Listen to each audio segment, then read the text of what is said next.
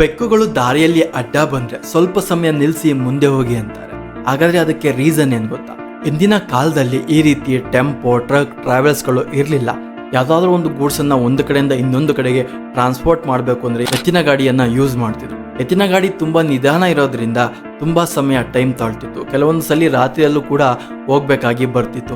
ಆ ಟೈಮ್ನಲ್ಲಿ ಕಾಡಿನ ಬೆಕ್ಕುಗಳು ದಾರಿಗೆ ಅಡ್ಡ ಬಂದಾಗ ಅವುಗಳ ಕಣ್ಣುಗಳು ರಾತ್ರಿ ಟೈಮ್ನಲ್ಲಿ ಹೊಳೆಯೋದ್ರಿಂದ ದನಗಳು ಯಾವುದೋ ಕಾಡು ಪ್ರಾಣಿ ಬಂತು ಎಂದು ಓಡಲು ಶುರು ಮಾಡ್ತಿತ್ತು. ಇದರಿಂದ ಕಾಡು ಬೆಕ್ಕುಗಳು ಕಂಡ ತಕ್ಷಣ ತಮ್ಮ ಎತ್ತಿನ ಗಾಡಿಗಳನ್ನ ಸ್ವಲ್ಪ ಸಮಯ ನಿಲ್ಲಿಸಿ ಮುಂದಕ್ಕೆ ಹೋಗ್ತಿದ್ರು. ಅಂಗಡಿಗಳ ಮುಂದೆ ಈ ರೀತಿ ನಿಂಬೆಹಣ್ಣು ಹಾಗೂ ಚಿಲ್ಲಿಯನ್ನ ಕಟ್ಟಿರ್ತಾರೆ. ಯಾಕೆ ಅಂದ್ರೆ ಯಾವುದೇ ದುಷ್ಟಶಕ್ತಿಗಳು ಬರಬಾರ್ದು ಅಂತ. ಆಕ್ಚುಯಲ್ ರೀಸನ್ ಇದಲ್ಲ.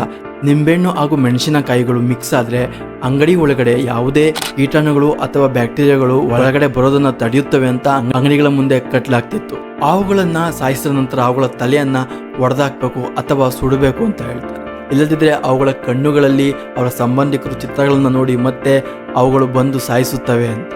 ನಿಜವಾದ ರೀಸನ್ ಅದಲ್ಲ. ಅವುಗಳು ಕೋಲ್ಡ್ ಬ್ಲಡೆಡ್ ಅನಿಮಲ್ಸ್. ಅವುಗಳು ಸತ್ತ ನಂತರವೂ ಕೂಡ ಅವುಗಳ ತಲೆ ಕೆಲವೊಂದಿಷ್ಟು ಗಂಟೆಗಳ ಕಾಲ ಆಕ್ಟಿವ್ ಆಗಿರ್ತವೆ. ಆ ಟೈಮ್ನಲ್ಲಿ ಯಾರಿಗಾದ್ರೂ ಕಚ್ಚುವ ಸಾಧ್ಯತೆ ಹೆಚ್ಚಿರ್ತಿತ್ತು. ಜೊತೆಯಲ್ಲಿ ಅದು ತುಂಬಾ ನರಳಿ ಸಾಯ್ತಿತ್ತು. ಆದ್ರಿಂದ ಅವುಗಳು ಸತ್ತ ನಂತರ ಅವುಗಳ ತಲೆಯನ್ನು ಸುಡಬೇಕು ಇಲ್ಲ ಒಡೆದಾಕ್ಬೇಕು ಅಂತ ಹಿರಿಯರು ಹೇಳ್ತಿದ್ರು. ಇನ್ನು ಮನೆಗಳಲ್ಲಿ ರಾತ್ರಿ ಸಮಯದಲ್ಲಿ ಉಗುರುಗಳನ್ನ ಕಟ್ ಮಾಡಿಕೊಳ್ಳಬಾರ್ದು, ಮಾಡಿದ್ರೆ ದರಿದ್ರ ಅಂತ ಕೂಡ ಹೇಳ್ತಾರೆ. ಯಾಕೆ ಅಂದ್ರೆ ಆಗಿನ ಕಾಲದಲ್ಲಿದ್ದಂಥ ಜನರಿಗೆ ಯಾವುದೇ ಕರೆಂಟ್ ಸಪ್ಲೈ ಇರ್ತಿರ್ಲಿಲ್ಲ. ಮನೆಯಲ್ಲಿ ತುಂಬ ಕತ್ಲಿರ್ತಿತ್ತು ಆ್ಯಂಡ್ ಸಣ್ಣ ದೀಪವನ್ನು ಯೂಸ್ ಮಾಡ್ತಿದ್ರು. ಆ ಟೈಮ್ನಲ್ಲಿ ಈ ರೀತಿ ಯಾವುದೇ ನೈಲ್ ಕಟರ್ಸ್ ಕೂಡ ಇರ್ತಿರ್ಲಿಲ್ಲ.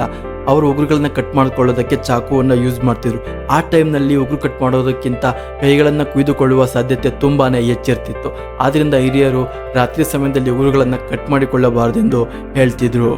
ಇದರ ಜೊತೆಯಲ್ಲೇ ರಾತ್ರಿ ಸಮಯದಲ್ಲಿ ಕಸವನ್ನು ಗುಡಿಸ್ಬಾರ್ದು ಆ್ಯಂಡ್ ಕಸವನ್ನು ಮನೆಯಿಂದ ಆಚೆ ಹಾಕ್ಬಾರ್ದು ಅಂತ ಕೂಡ ಹೇಳ್ತಿದ್ರು.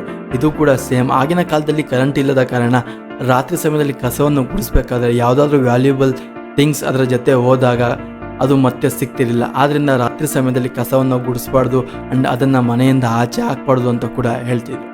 ಇದೇ ರೀತಿ ತುಂಬ ಮೂಢನಂಬಿಕೆಗಳು ಇನ್ನೂ ಕೂಡ ಇದ್ದಾವೆ. ಅದನ್ನೆಲ್ಲ ಈ ವಿಡಿಯೋದಲ್ಲಿ ಹೇಳೋದಕ್ಕೆ ವಿಡಿಯೋ ಲೆಂತ್ ತುಂಬಾ ಜಾಸ್ತಿ ಆಗುತ್ತೆ. ಇದರ ಸೀಕ್ವೆಲ್ ಬೇಕಿದ್ರೆ ನಮಗೆ ಕಮೆಂಟ್ ಸೆಕ್ಷನಲ್ಲಿ ತಿಳಿಸ್ಬೋದು. ನಾವು ಅದರ ಬಗ್ಗೆ ಖಂಡಿತವಾಗಿ ವಿಡಿಯೋವನ್ನು ಮಾಡ್ತೇವೆ.